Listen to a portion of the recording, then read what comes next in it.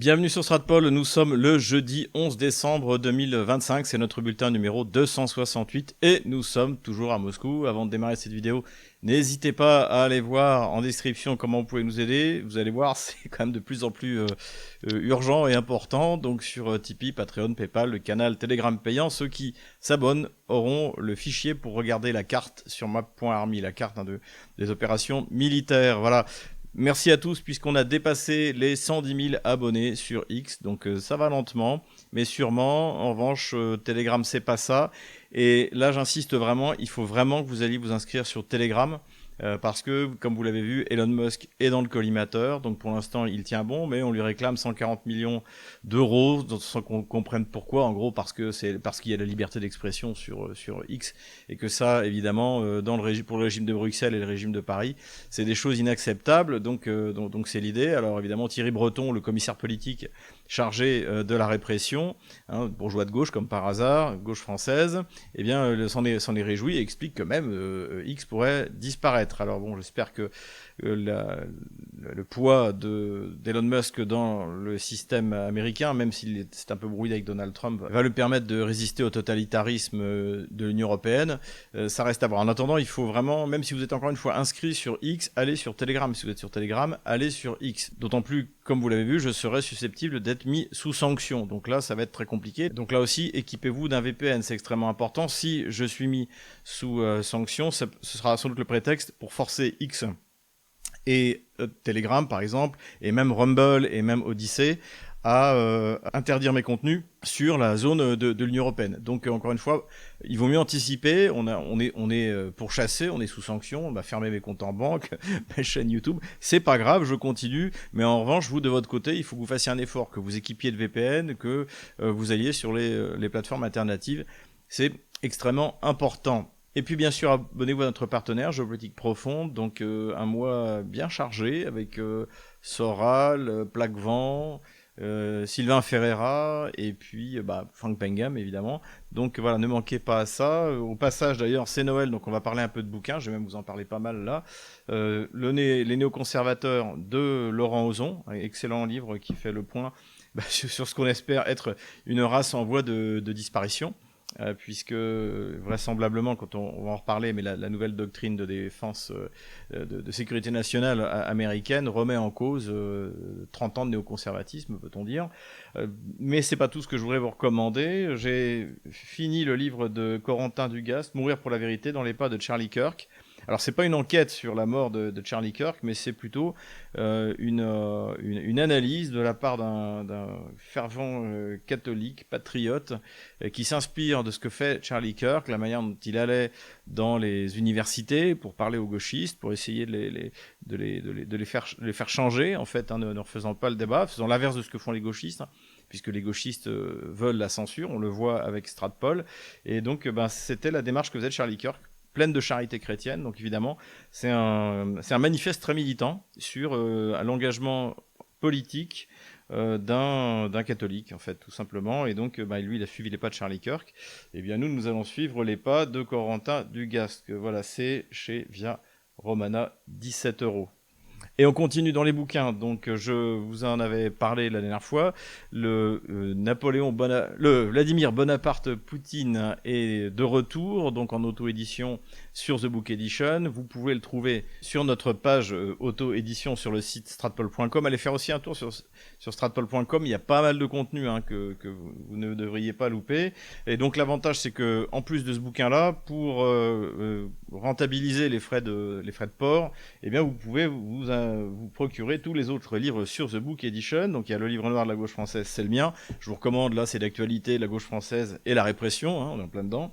Voilà, et puis Ukraine, pourquoi la Russie a gagné. Et puis également, parce qu'on n'arrête jamais, le livre de mon ami l'excellent Sylvain Ferreira, le meilleur connaisseur de l'armée rouge et de l'armée russe, voilà, qui vient de sortir son livre. Alors cette fois il parle des États-Unis, et avec un thème qui est particulièrement d'actualité, qui concerne la fin de la domination américaine. Donc ce livre s'inscrit dans une série de livres consacrés aux États-Unis, alors pas seulement de Sylvain Ferreira évidemment, mais de Nicolas Mirkovitch, le premier sur l'Amérique Empire. Ensuite on a eu Youssef Indy, les États-Unis contre l'Europe, et puis donc désormais, est-ce que c'est la fin de l'Amérique? C'est la question qui est posée. Je vais être honnête, quand j'ai pas lu un livre, je vous le dis, je viens juste de le recevoir et je ne l'ai pas lu. Mais connaissant Sylvain, je ne m'inquiète pas du résultat. Donc n'hésitez pas. En plus, tout ça, c'est The Book Edition. Vous pouvez prendre un Jaffray, un Ferreira, un Youssef Indy, un Xavier Moreau, et puis un plaque-vent, et puis vous mettez tout ça, et puis voilà, comme ça vous économisez sur les frais de port. Et c'est Noël, donc il faut offrir des livres. C'est mieux que les jeux vidéo, sinon un jour vous finirez analyste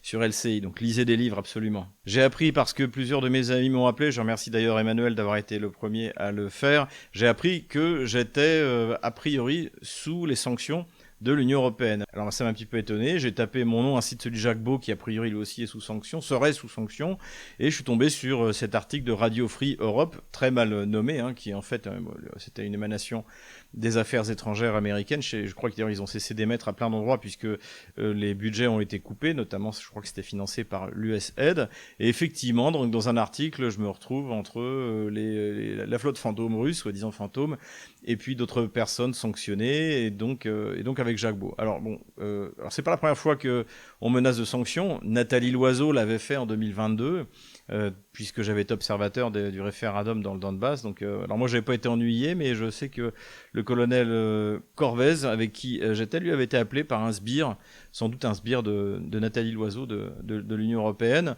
En principe, alors en France, je dirais, on ne sanctionne pas ces ressortissants. En fait, on peut les punir si jamais ils ont désobéi à la loi.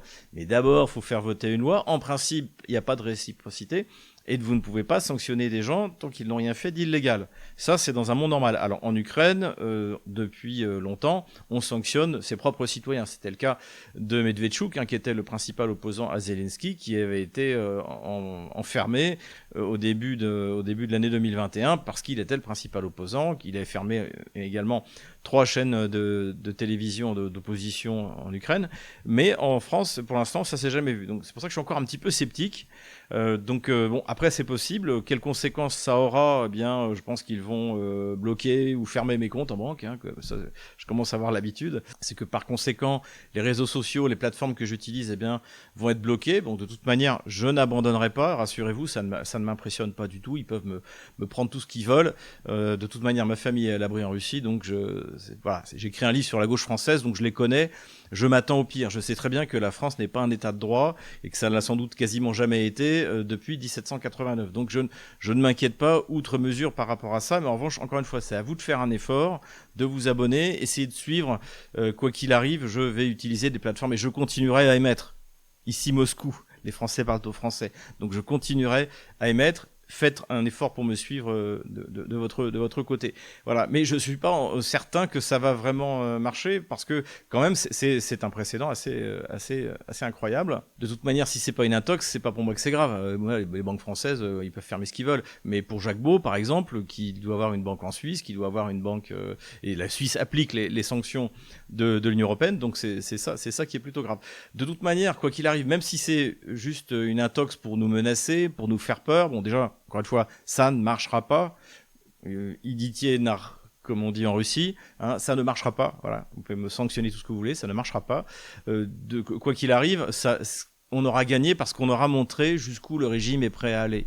En fait, il faut les pousser dans les retranchements pour que les Français qui n'ont pas encore conscience de ce à quoi nous avons affaire le voient, qu'ils voient la censure telle qu'elle est, qu'ils voient la répression des dissidents, des opposants, des vrais, hein, pas ceux qui jouent le jeu, qui font de l'animation culturelle, comme disait Soral, sur les plateaux de télé ou au Parlement français. Donc finalement, s'ils franchissent cette étape, ce sera pour nous une victoire, de les avoir amenés à se révéler tels qu'ils sont.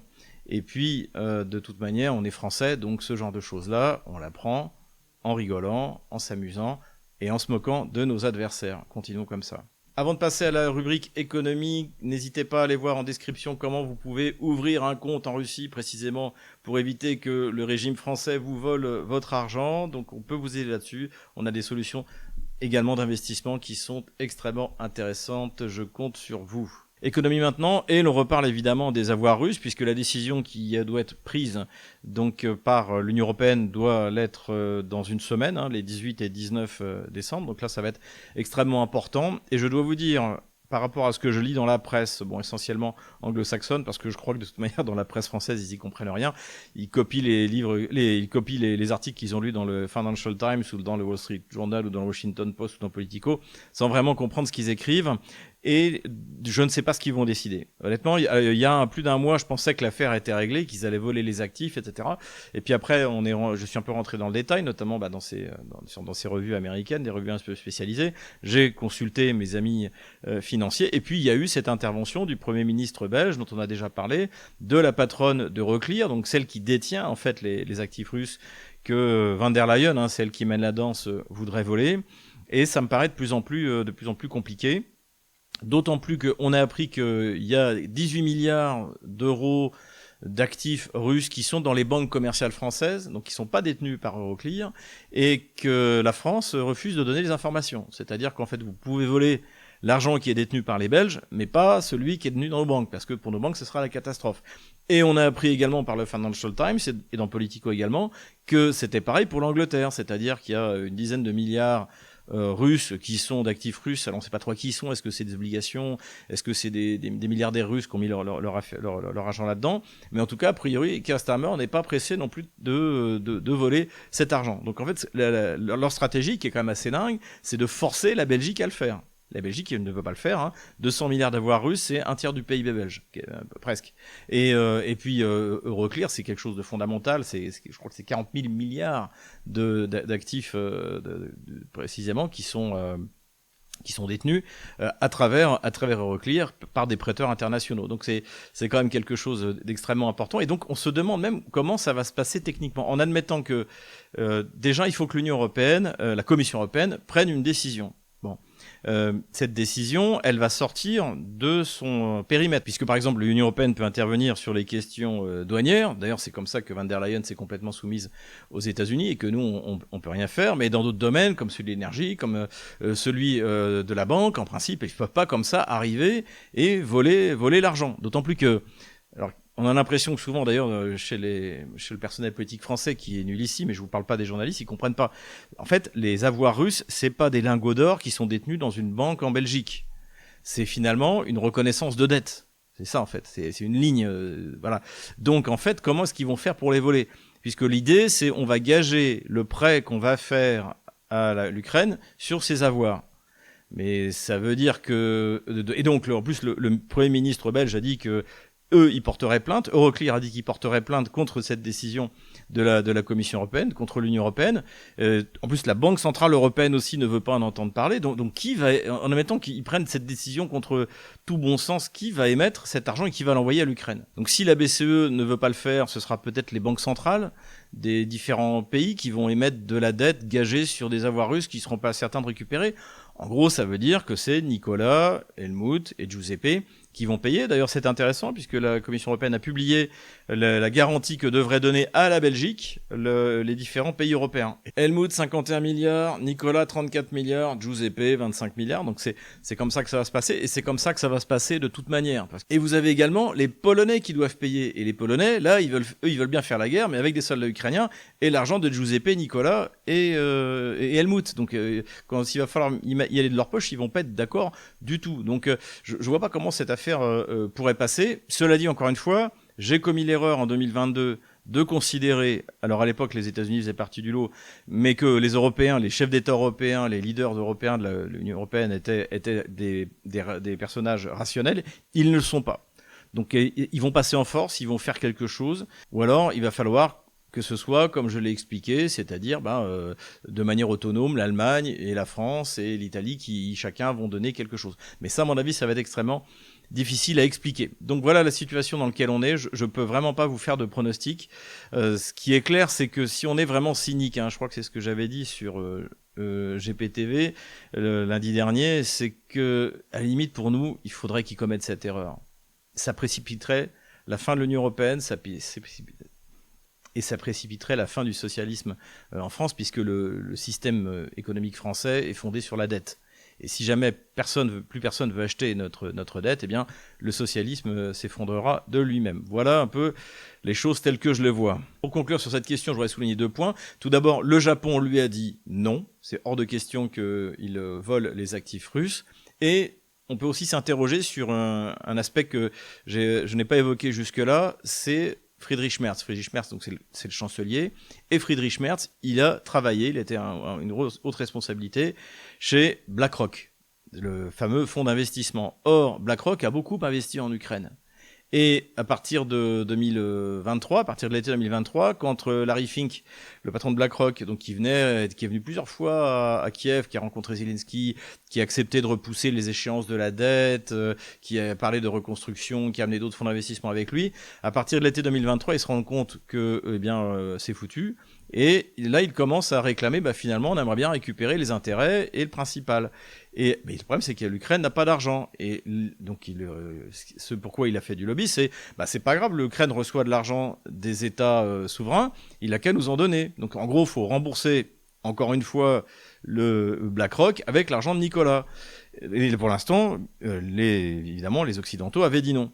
Et je me demande si une des motivations de Friedrich Merz, qui est un des plus actifs, c'est de pouvoir obtenir donc la soi-disant saisie de ces actifs russes pour pouvoir redonner une partie de l'argent à BlackRock, et puis après, de toute manière, que d'ici 2, 3, 4 ans, quand les Russes auront gagné leur procès, ce soit Nicolas, Giuseppe et Helmut qui payent, ils s'en moquent. Donc je pense que cet aspect-là ne doit pas être négligé, il doit être pris en compte. Économie toujours, et une nouvelle bien triste aussi pour Nicolas, cette sortie dans les Échos, c'est que la désindustrialisation de la France se poursuit à marche forcée. On a une accélération. Elle a commencé avec le modèle économique thatchérien qui avait été choisi par Mitterrand, de faire des services et de tout faire fabriquer en Chine, n'est-ce pas? Et dans le tiers-monde, eh bien, le résultat, aujourd'hui, on arrive au bout. Donc là, d'après les Échos, 165 sites industriels français qui seraient sur le point de fermer. Voilà, on est en plein socialisme triomphant. Comme je dis, la gauche française est la pire du monde. Elle a fait un génocide, mais on n'a pas eu d'usine. Au moins, Staline, il a commis des populicides, mais il ouvrait des usines. C'est vraiment le pire des socialismes, la pire de la gauche au monde, c'est la gauche française. Il faut bien se le mettre dans le crâne. En tout cas, pendant ce temps-là, l'Europe de l'Est résiste quand Paris n'arrive pas à truquer les élections. Et évidemment, la Slovaquie et la Hongrie, comme on l'avait anticipé dans notre dernier bulletin, par rapport à la directive de l'Union européenne qui veut interdire l'achat du gaz russe complètement d'ici 2027. Et la Commission dépasse ses attributions dans le domaine de l'énergie, puisque c'est normalement du domaine national. Et donc, Budapest et Bratislava ont décidé de porter plainte si jamais cette loi est appliquée. Donc ça, c'est une bonne chose, il fallait s'y attendre. Et puis, simultanément, Babiš, le nouveau Premier ministre tchèque, a été investi. Donc d'ailleurs, on voit d'ailleurs le général, puisque c'est un général de l'OTAN, Petr Pavel, donc qui lui est un anti-russe rabi, qui est bien lui transmettre je sais pas comment ça s'appelle, le bâton de Premier ministre. Donc on va voir ce que ça va donner, mais ce qui est clair, c'est que ça devrait permettre donc à la Slovaquie, à la Hongrie de souffler, d'avoir un nouvel allié fiable à l'est de l'Europe. Donc comme on le voit, la Hongrie et la Slovaquie la jouent plutôt bien. Donc d'un côté, résistance face au diktat de la Commission européenne, de l'autre côté, bonne entente avec Viktor Orban, ce qui fait que, on l'a vu, les sanctions contre Lukoil, le pétrole russe, ont été levées pour que la Hongrie puisse faire fonctionner ces deux raffineries, celle qu'elle a en Hongrie et celle qu'elle a en Slovaquie. Et l'on a appris, et c'est sans doute lié au rapprochement russo-américain, qu'une partie des sanctions contre les actifs de Lukoil avait été levée. Donc finalement, cette décision qui avait donné tant d'espoir sur LCI va finir par accoucher d'une souris. Quoi qu'il arrive, comme on l'avait dit aussi, également, la Russie a trouvé d'autres marchés pour son gaz, si l'Europe n'en veut plus, donc notamment par la route maritime du Nord, mais pas seulement.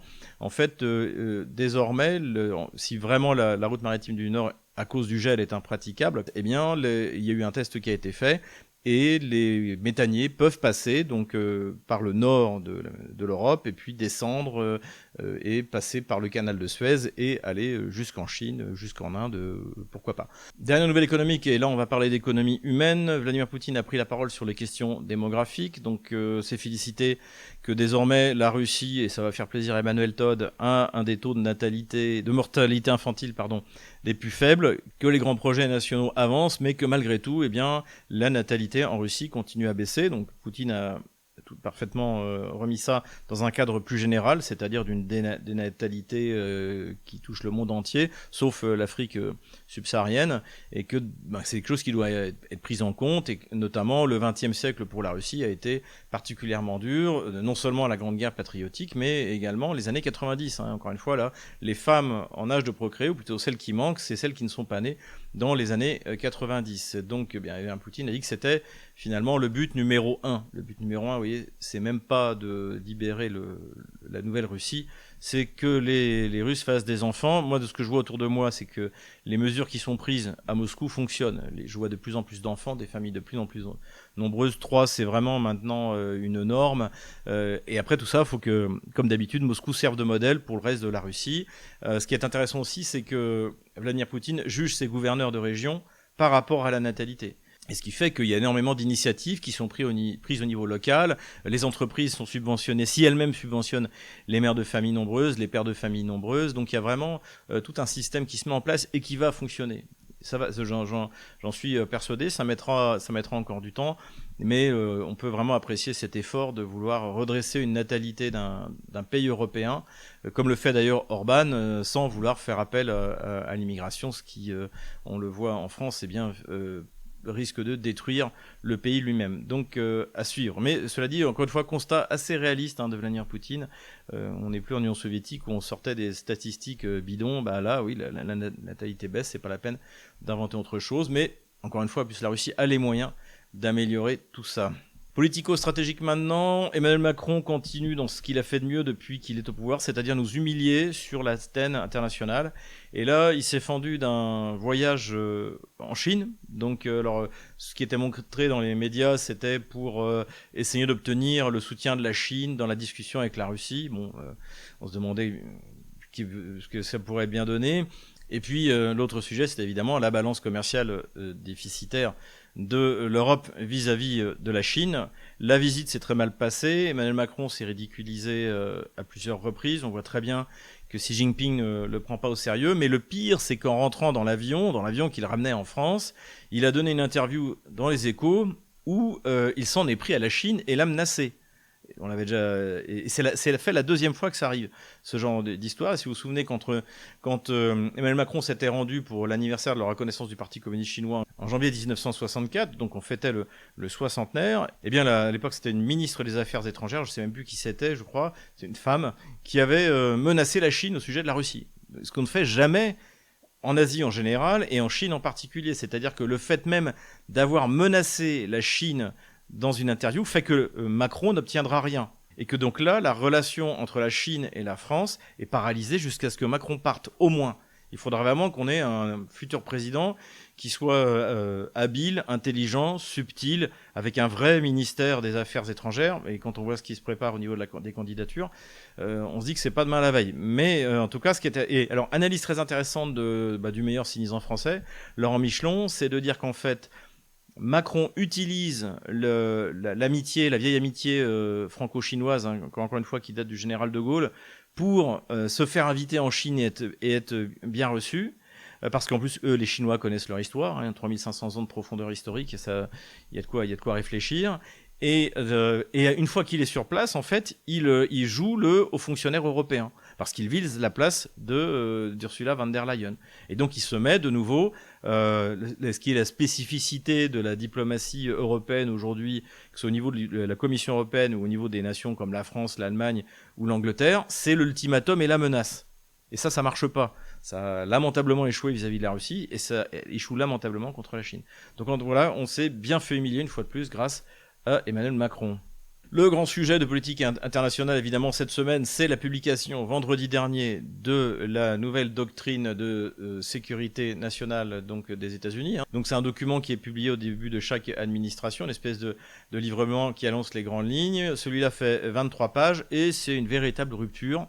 Ça a été notamment bien analysé par un chercheur américain, son site s'appelle Moon of Alabama, et il a tout de suite percuté sur le fait que c'était une rupture avec la doctrine Wolfowitz. Wolfowitz, c'est une doctrine qui n'a pas été affichée officiellement, mais dont on estime qu'elle a été réelle. Il était sous-secrétaire d'État aux Affaires étrangères aux États-Unis. Et il avait dit que, en gros, c'est pas parce que les États-Unis avaient gagné la guerre froide qu'il fallait maintenant arriver sur la Pax Americana, que voilà, on a essayé de créer un équilibre international. Donc il n'y a pas eu de Pax Americana, il y a eu la guerre américaine partout. Et donc les États-Unis étaient la superpuissance et devaient la rester, écraser au besoin les autres. Donc bien sûr, la Russie, qui malgré son état catastrophique en 1994, était toujours considérée comme un ennemi. Donc là, c'est une véritable rupture. Ni la Chine ni la Russie ne sont plus considérés comme des adversaires stratégiques. Il y a donc c'est bon, évidemment, c'est l'équipe de Trump, hein, ce qu'on appelle la doctrine Trump-Monroe. Donc c'est un retour sur cette doctrine du XIXe siècle, où l'Amérique aux Américains. C'est-à-dire qu'en fait, les Américains considèrent que tout le continent leur appartient. Bon courage aux Brésiliens, aux Argentins et surtout aux Vénézuéliens. D'ailleurs, ça se caractérisait symboliquement immédiatement par le piratage d'un tanker qui allait en direction ou qui revenait, je ne sais pas trop exactement, de Caracas. Et donc ça, c'est le premier aspect. Ensuite, la Chine donc pose un problème vis-à-vis de Taïwan, mais finalement, c'est pas si grave. On s'en rend compte. La Chine est presque considérée comme un égal des États-Unis là-dessus. Vraiment, c'est le rival principal. Et en fait, finalement, Washington se donne vis-à-vis de notre continent comme objectif de réconcilier la Russie et le reste de l'Europe. C'est intéressant, c'est-à-dire qu'après avoir mis l'anarchie et la guerre, eh bien, maintenant, il y a une administration qui nous arrive pour nous réconcilier. Bon, c'est bien, en fait, de nos intentions. Intéressant aussi que eh bien, le Moyen-Orient compte beaucoup moins, et l'Afrique, en gros, pas encore. Hein. Donc voilà, voilà un peu ce qui ressort de cet ensemble de choses. En tout cas, c'est un document très nationaliste. Donc vraiment, là, ce qui compte, c'est l'intérêt de l'Amérique et des Américains. Voilà. Donc plus de guerre impérialiste, hein, c'est une rupture qui est considérable. Donc on peut accueillir ce document assez favorablement, même si, comme l'a dit d'ailleurs le porte-parole Dmitri Peskov, le porte-parole du Kremlin, on verra ce que ça va donner dans 3 ans. Si c'est J.D. Vance qui est élu à la place de Trump, je dirais tout va bien. Si c'est un démocrate, c'est la gauche américaine, vaut pas mieux que la gauche française. On va les voir repartir faire la guerre contre la planète entière, même si leurs moyens sont tout de même assez limités. Je pense que c'est pas Sylvain Ferreira qui dira le contraire. Trump a également été très présent dans l'actualité avec l'Ukraine, puisqu'il a donné plusieurs interviews, a fait plusieurs déclarations dans lesquelles il a expliqué que Zelensky utilisait la guerre pour se maintenir au pouvoir, qu'il fallait faire des élections en Ukraine, que la Russie était dans la meilleure des positions pour négocier par rapport à l'Ukraine, et puis finalement que 82% des Ukrainiens étaient favorables à un accord de paix, enfin en gros l'accord de paix américain, qui suppose des abandons de territoire. Donc ça, c'est intéressant, ça veut dire que Trump est désormais très bien informé. Contrairement aux leaders européens, il sait ce qui se passe sur le terrain, il connaît évidemment ce qui se passe réellement dans la tête des Ukrainiens, c'est-à-dire, comme je le dis, je le dis depuis plus de 2 ans, c'est-à-dire depuis que ça se passe mal pour les Ukrainiens, depuis que la guerre se passe mal, en fait, n'importe quel référendum avec n'importe quel abandon de territoire passera. Parce que soit les gens vivent sur les territoires que veulent les Russes, et même en rajoutant Odessa et Kharkov, et ce sont des Russes, et donc ils veulent volontiers l'abandon du territoire russe par l'Ukraine, soit ce sont des gens qui vivent sur les territoires auxquels la Russie ne prétend pas, et dans ce cadre-là, ils veulent que ça arrête également, parce que, à moins d'être complètement stupide, on a compris que la guerre était perdue. Donc ça a été également, et ça a bien marché. Donc évidemment, les Européens sont en panique. Zelensky est encore rencontré Macron. Alors maintenant, c'est toutes les semaines, ils peuvent plus se quitter. Il a rencontré Macron à Londres, donc Merz et Starmer ont apporté leur soutien. Alors après, il faut regarder la tête de Zelensky. Visiblement, il est quand même un petit peu inquiet. Et puis, donc, ils sont sans arrêt en train de se parler pour faire une contre-proposition. Zelensky a dit que finalement, il serait prêt à des élections à condition qu'il fallait que la sécurité soit assurée, peut-être dans 2, 3, 6 mois, bref. Donc, pour l'instant, en fait, on en est un peu... Je dirais pas qu'on en est au point mort. Je dirais que la pression américaine sur Zelensky continue à se faire. Et surtout, plusieurs remarques ont été faites par Trump. Trump sait très bien que l'armée russe avance et de plus en plus vite. Et que donc, finalement, à terme, on reconnaîtra que Trump avait raison, que l'automne et l'hiver 2025, il fallait négocier avec la Russie, sinon on n'aurait pas perdu Odessa, Nikolaïev, Kharkov, etc. Donc je pense que Trump compte beaucoup sur l'avancée de l'armée russe, et que Vladimir Poutine est bien d'accord pour lui montrer que l'armée russe est prête à aller de plus en plus vite. Et pour conclure sur ce sujet, l'idée d'une perte de territoire et l'idée d'un départ de Zelensky est bien de plus en plus présent, notamment dans la presse, dont vous avez le Corriere della Sera qui cite Madame Meloni qui dit que l'Ukraine doit se préparer à des concessions douloureuses, et puis vous avez quand même ce titre du Time, qui est un magazine américain, The Endgame. Hein, c'est la fin du jeu pour le comique Zelensky. Je vous avais promis un rapide bilan sur la visite de Vladimir Poutine en Inde. Donc, il a rencontré Modi. Je ne vais pas revenir sur les détails. Il était très bien accueilli. Donc, il y aura plusieurs domaines de coopération, comme on l'avait dit, dans le domaine du nucléaire civil, dans le domaine militaire et notamment la fabrication de drones russes en Inde. Donc ça, c'est un point qu'il fallait souligner. Et immédiatement, on a noté que Bloomberg, on avait déjà parlé la semaine dernière, mais là, cette semaine, c'est encore plus clair. Et bien, de nouveau, les grandes raffineries indiennes se remettent à acheter du pétrole russe, en plus, qui ont, à cause des sanctions de Trump, ont fait des réductions encore plus importantes. Voilà. Sur d'ailleurs ce qu'aura rapporté les hydrocarbures à la Russie cette année, j'ai hâte d'avoir les chiffres de Bloomberg précisément. Je pense qu'on les aura au mois de janvier, parce que encore une fois, il faut bien faire la différence sur ce qu'auront gagné les producteurs de pétrole russe et ce qu'aura gagné l'État russe. L'État russe, il peut ajuster les taxes pour rentrer dans ces... Mais la situation ne doit pas être si mauvaise, parce que là, le rouble est très fort par rapport au dollar et à l'euro, ce qui veut dire que le budget russe n'a vraisemblablement pas besoin d'une petite dévaluation pour être financé. Enfin voilà, c'est une observation qu'on peut faire maintenant. Encore une fois, je pense qu'en janvier, on aura un point complet. Cette semaine, c'était pas l'Inde, mais l'Indonésie qui rendait visite à la Russie en la personne du président Prabowo Subianto, et c'est la deuxième fois sur cette année-là. Donc il avait rencontré Vladimir Poutine en 2024 une fois, et là, il a rencontré dans le cadre du Forum économique de Saint-Pétersbourg en juin dernier, et là il est revenu. Donc là ils avaient déjà signé un accord de coopération stratégique dans différents domaines, toujours le triptyque russe, nucléaire, armement, agricole. Donc je rappelle que l'Indonésie fait désormais de plein pied partie des BRICS, qu'en plus ils sont en train d'organiser les échanges en monnaie nationale, comme la Russie fait avec l'Inde et la Chine. Donc c'est un partenaire tout à fait important. En parité de pouvoir d'achat, l'Indonésie a désormais dépassé la France. Et oui. Voilà, donc un partenariat qui se met en place, et puis l'ère des BRICS, l'ère de la multipolarité, l'ère des zones d'influence, hein, ce terme est à la mode, notamment chez les républicains américains. Terrorisme maintenant, les Britanniques, avec un peu d'aide des Ukrainiens, ont détruit de nouveau un tanker qui circulait, heureusement vide, et qui circulait en mer Noire, donc il se rendait à Novorossiysk. Là, c'est incontestablement une escalade, hein, après l'avertissement qui avait été donné par Vladimir Poutine, donc c'est lié au fait que l'Angleterre a perdu la guerre contre la Russie, que en plus les drones marins n'arrivent plus à atteindre les objectifs militaires, ni même le port de Novorossiysk. Donc il faut trouver d'autres cibles, et donc des cibles civiles. Donc la solution, évidemment, comme j'ai dit, pour les pétroliers, les tankers, c'est de passer faire du cabotage le long des côtes des eaux territoriales, mais là ça a visiblement pas été le cas. Ce qu'on a noté d'ailleurs au-dessus, j'ai oublié de le dire, mais il y avait un avion d'observation anglais qui survolait la mer Noire au moment où il y a eu cette attaque. Donc là vraiment on est dans quelque chose qui est dirigé directement par le MI6. La riposte russe, c'est bien comme l'avait dit Vladimir Poutine, ça peut être soit des actes terroristes équivalents, c'est-à-dire un tanker qui appartient aux intérêts de la couronne britannique qui explose, soit interdire d'abord par le feu puis par la réunification l'accès de l'Ukraine et donc des Britanniques à Odessa. On verra bien ce que ça va donner. Terrorisme toujours, les services de sécurité polonais ont arrêté un archéologue russe qui faisait une série de conférences en Pologne parce qu'il avait fait des fouilles archéologiques en Crimée, et donc il était sur un avis de recherche du régime de Kiev. Donc voilà où ils en sont. Encore une fois, tous ces actes, hein, c'est comme les sanctions contre votre serviteur, tous ces actes s'inscrivent dans une panique générale, tandis que la défaite militaire et donc politique s'annonce de plus en plus proche.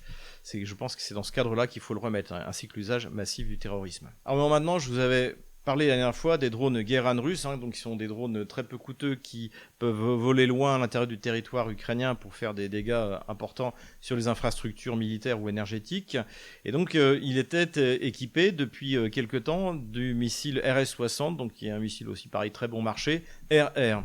Et visiblement, ce missile a été utilisé avec succès pour la première fois, puisque les Ukrainiens ont annoncé la destruction d'un Sukhoi 27. Or, si ça avait été un Sukhoi 27 qui soit approché trop près de la ligne de front et qui a été détruit par un S-400 ou un S-500, on l'aurait su de la même manière. Si ça avait été un la supériorité aérienne russe qui avait tiré un missile R-37 à très longue portée, 300 km et même plus, ça aussi, on l'aurait su par le côté russe. Donc là, visiblement, c'est quelque chose qui n'était pas prévu. Donc là, ça peut être aussi, évidemment, l'avion qui est envoyé pour chasser des missiles ou des drones qui sont envoyés par les Russes. Et c'est déjà arrivé qu'en détruisant un de ces drones, eh bien, les éclats détruisent l'avion qui était parti à la chasse. Mais ça peut être vraisemblablement l'utilisation, encore une fois, de ces missiles peu coûteux. Empire du mensonge maintenant. Alors une fois n'est pas coutume, je ne vais pas vous parler de l'Ukraine dans la première partie de cette rubrique, et je vais vous parler de ce mensonge-là. Saviez-vous qu'il existe un lien entre les nazis et nos chers marchés de Noël? Mais avant d'en arriver là, un petit récap historique. Les marchés de Noël permettent de promouvoir l'héritage allemand. À cette époque, la crise économique fait rage. Pour les nazis, les marchés de Noël permettront alors de stimuler l'économie avec des produits made in Allemagne. Ils décident alors de réimplanter les marchés de Noël dans les centres-villes. En 1934, celui de Berlin rouvre. Il est inauguré par Joseph Goebbels, le ministre de la Propagande, et le succès est immédiat. 1,5 million de personnes visitent le marché de Noël cette année. Voilà, on l'a vu, plusieurs mairies dirigées par des maires gauchistes veulent interdire les crèches parce que ça ne plaît pas à la divinité laïque. La divinité laïque, c'est un dieu sanglant qui est né dans le génocide, dans le régicide, et qui a besoin de son quota de sang ou d'interdiction, de totalitarisme. Évidemment que l'ennemi principal de la divinité laïque, c'est l'Église catholique, et donc il faut interdire les marchés de Noël. Alors le problème, c'est que les marchés de Noël, c'est quand même assez populaire, et puis c'est un peu la tradition française. Et donc là, nous, on nous explique qu'en fait, c'est une tradition nazie. Ça vient du Moyen-Âge, mais en fait, c'est nazi, parce que Hitler aimait bien ça. Voilà où on en est au niveau du débat public français. Alors bon, en même temps, c'est plutôt encourageant. C'est-à-dire que s'ils en sont là, c'est qu'il se passe quelque chose au niveau de la foi des Français qui peut-être on ne soupçonne pas, et qu'eux, en revanche, qui en plus n'ont pas fait d'enfants, c'est une culture de mort, ces gens-là vont disparaître, leur lignée s'arrêtera à leur disparition, eh bien, s'inquiètent de voir au contraire ces familles plus nombreuses qui ne correspondent à rien à eux. Et je tiens aussi à souligner que ce ne sont pas les musulmans qui veulent interdire leur crèche dans les mairies, ce sont les adorateurs de la divinité laïque, ne l'oublions pas. Et tout de suite, le moment bunker. Das war ein Befehl! Alors le moment bunker, il nous est offert cette fois par LCI, et je vous laisse écouter. Il y a cette comparaison-là qu'on fait souvent en Ukraine. Quand vous prenez un village russe, on le reprend, vous voyez l'état dans lequel il est resté. Quand les Russes prennent un village ukrainien, il est toujours refait. C'est-à-dire qu'il va être détruit parce que c'est leur façon de faire, ils détruisent tout sur leur passage. Donc ils bombardent, c'est détruit. Mais les Ukrainiens ont une rapidité pour reconstruire qui est impressionnante. Les services publics, franchement, ils méritent d'être soulignés. Ils sont d'une rapidité en électricité, en tout. La poste, tout fonctionne parfaitement dans ce pays.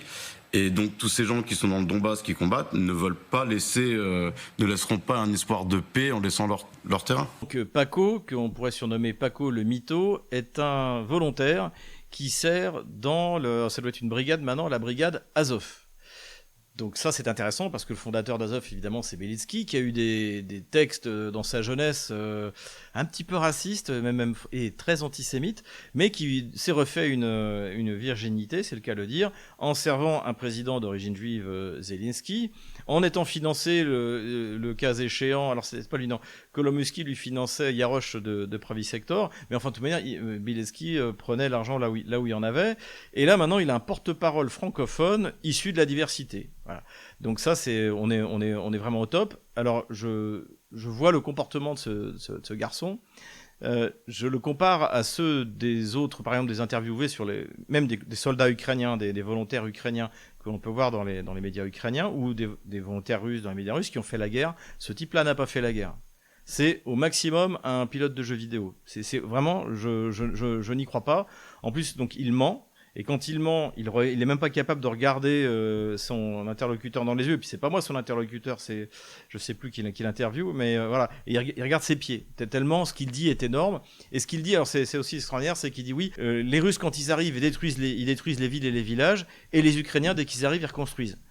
Alors ça fait comme déjà un bon petit bout de temps que les Ukrainiens n'ont pas pris grand-chose et n'ont rien à reconstruire. Et c'est exactement l'inverse qui s'est passé en 2022. C'est-à-dire que des villes aujourd'hui, comme Vovchansk par exemple, qui ont été détruits par les combats, quand les Russes ont quitté Vovchansk, c'était en parfait état. Les Russes ne voulaient pas se battre dans les villes du Donbass parce que précisément ce sont des villes russes et que c'est exactement l'inverse qui s'est passé et que tout le système de fortification dans le Donbass s'est fait délibérément dans les villes avec en plus la possibilité d'avoir en otage les populations russes.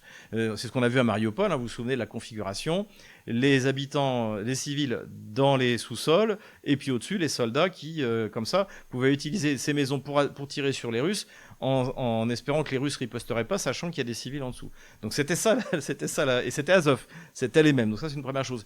Et ensuite nous les présenter comme des gens qui ne veulent que le bien et qui sont vraiment magnifiques pour les services publics et les infrastructures. Mais dans ce cas, pourquoi ils ont coupé l'eau du canal Donetsk-Donbass qui amène l'eau à Donetsk, puisque donc Donetsk, c'est des Ukrainiens. Pourquoi ils leur ont coupé l'eau? Pourquoi ils ont coupé l'eau en Crimée en 2014, hein, Umerov, l'ancien ministre de la Défense, aujourd'hui chef de la délégation de négociation, dirigeait des terroristes tatars et aux côtés du Pravi Sector, ont détruit les lignes électriques.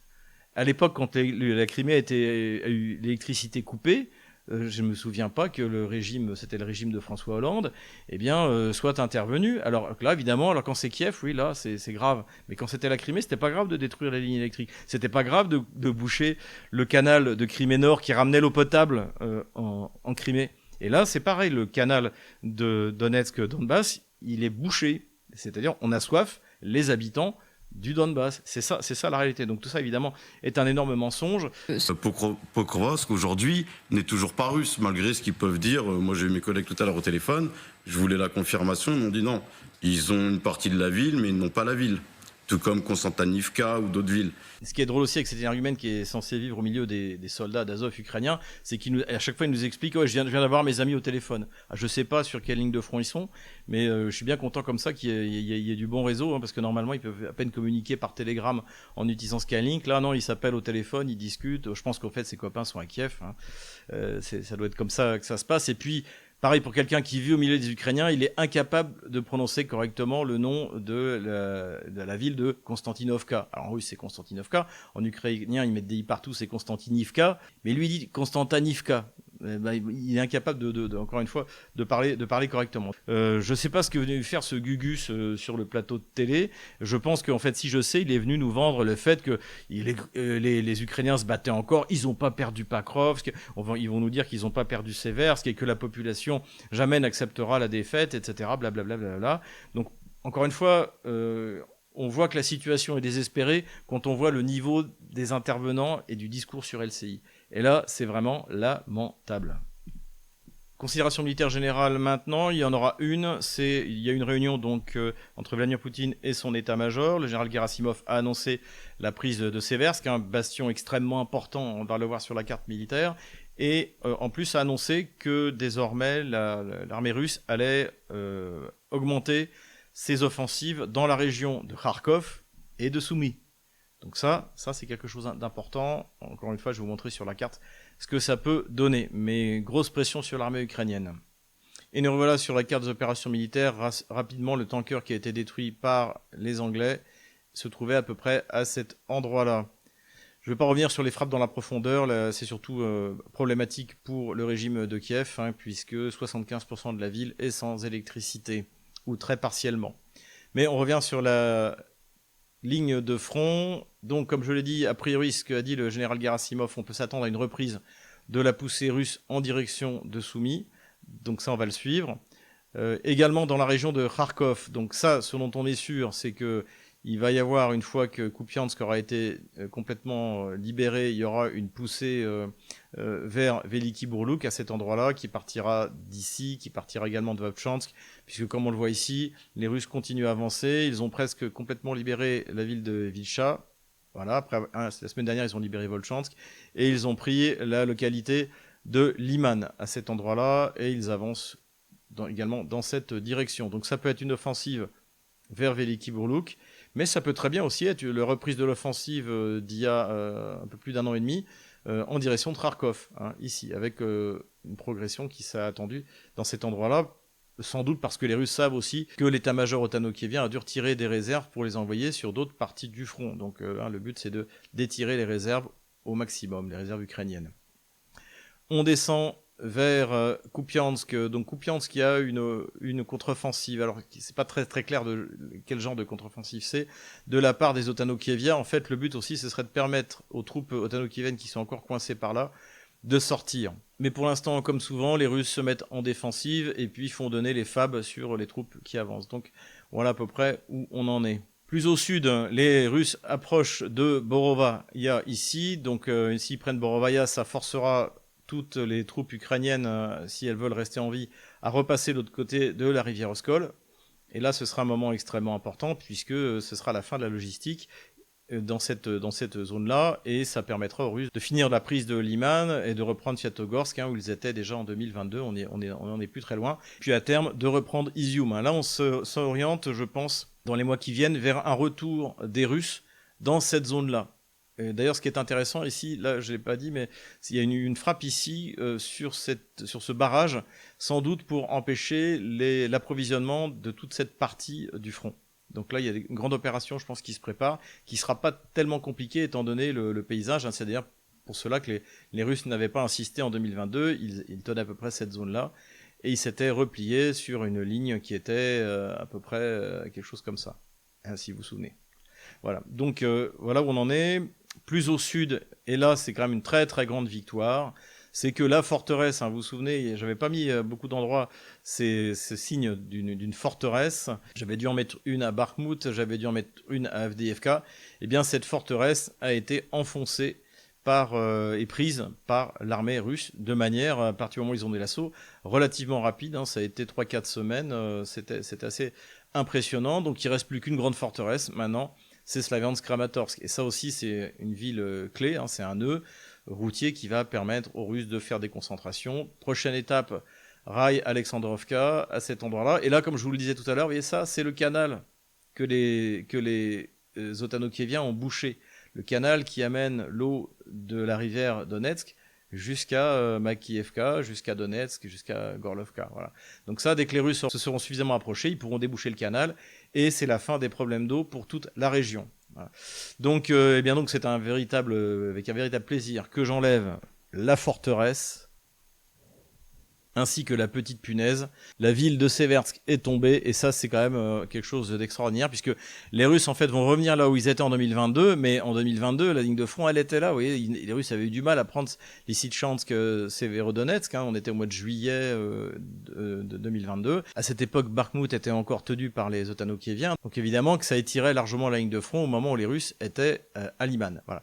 Donc les choses là vont bon train. Je vous en avais parlé la dernière fois, les Ottano-Kieviens n'ont pas pu contre-attaquer cette percée de 8 km que les Russes ont réussi à faire. Donc ils ont nettoyé le village de Klinovo, ils ont pris également celui-là, et en même temps ils avancent plus à l'est. Voilà, à partant de Tchassov Yar, ils ont pris le village de Tchervony, ici, ce qui complique largement la situation pour Konstantinovka, d'autant plus que les Russes avancent à l'intérieur de Konstantinovka. Là, ma ligne de front rouge est très conservatrice, ils sont plus au nord, et ça veut dire que potentiellement, les Russes peuvent contrôler la principale route d'approvisionnement avec leurs drones. Charkovo, comme je l'ai dit la semaine dernière, a été repris. Désormais, les Russes réorientent leur offensive pour attaquer vers le nord. Donc il faut prendre Toretsk, il faut revenir sur cet axe-là, qui est en fait également il y a une ligne de défense juste là, et s'emparer de Dobropilya. Donc ça, c'est ce qui est en préparation. Plus au sud, maintenant, les Russes ont continué leur avancée vers l'ouest à partir du front sud-est, donc ils se sont emparés de cette petite localité-là, ce qui est important parce qu'elle est de l'autre côté de la rivière. Donc ça, c'est une avancée importante, même si elle n'a pas l'air comme ça. L'assaut sur Gouliapol se passe bien, les Russes sont en train d'avancer à l'intérieur de la ville. Plus à l'ouest, les Russes ont consolidé leur position en s'emparant complètement de Novodanilovka à cet endroit-là. Et donc là, ils arrivent vraiment à la périphérie d'Orekhovo. Et enfin, j'ai failli oublier, mais là, le chaudron de Mirnograd, ça continue à marmiter. On a des images maintenant de reddition importantes de troupes ottano-kieviennes, qui rappellent d'ailleurs un peu celles qu'on avait eues à Mariupol en 2022. On est dans l'héritage de la bêtise de l'état-major ottano-kievien, telle qu'elle fut à Mariupol ou à Ougledar. J'avais même utilisé le terme d'ougledariser, c'est-à-dire de laisser de bonnes troupes se faire enfermer pour ensuite se faire détruire ou capturer. Voilà, j'enlève la ligne de front de la semaine dernière. Voilà où nous en sommes le jeudi 11 décembre 2025. Voilà, c'est tout pour aujourd'hui. Merci d'avoir suivi cette émission. Donc inscrivez-vous, encore une fois, faites-le sur tous nos réseaux sociaux. Tant qu'ils existent, procurez-vous un VPN, c'est extrêmement important pour contourner la censure. Et puis, faites des dons. Je mettrai en plus maintenant une adresse Bitcoin et une adresse USDT pour ceux qui préfèrent utiliser ce moyen-là. Et puis, vous pouvez également, j'oubliais, prendre des cours de russe avec notre partenaire Logios. Voilà, j'espère que cette vidéo vous a plu. En tout cas, la situation, malgré les sanctions, est excellente à tous les niveaux. Donc tenez bon, courage, on les aura.